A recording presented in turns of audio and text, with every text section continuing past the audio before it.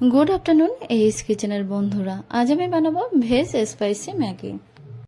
খুব তাড়াতাড়ি এবং খুব টেস্টি এই ভেজ স্পাইসি ম্যাগি বানানো খুবই সহজ। তাহলে চলুন দেখে নেওয়া যাক।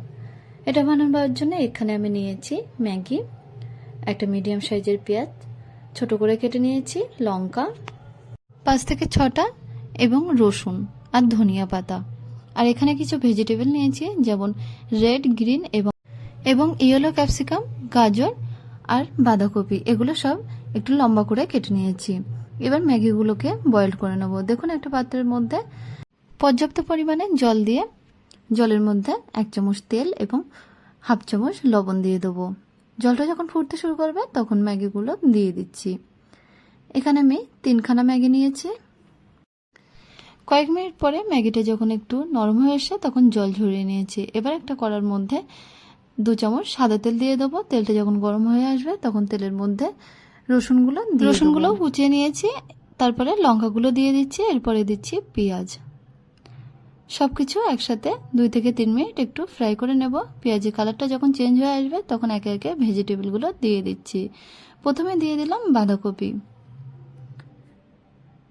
তারপরে দিয়ে দেবো গাজর, এরপরে দিয়ে দিচ্ছি রেড, ইয়েলো এবং গ্রিন ক্যাপসিকামগুলো। ভেজিটেবলগুলো 2 থেকে 3 মিনিট নাড়াচাড়া করার পরে যখন ভেজিটেবলগুলো নরম হয়ে আসে তখন কড়াইয়ের মধ্যে দিয়ে দিচ্ছি কিছু গুঁড়ো মশলা। দেখুন, দিয়ে দিচ্ছি 1/2 চামচ বিট লবণ।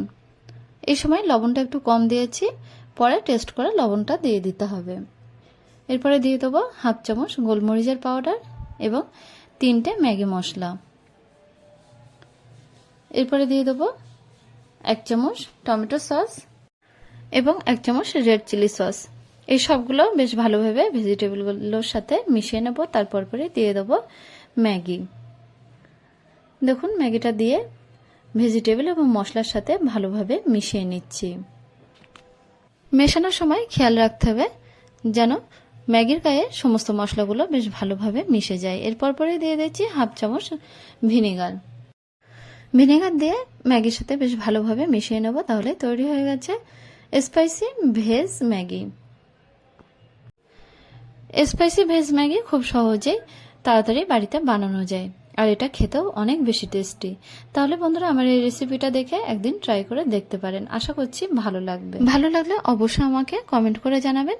আর আমাদের চ্যানেলটা যদি সাবস্ক্রাইব করা না থাকে তাহলে সাবস্ক্রাইব করার অনুরোধ রইল।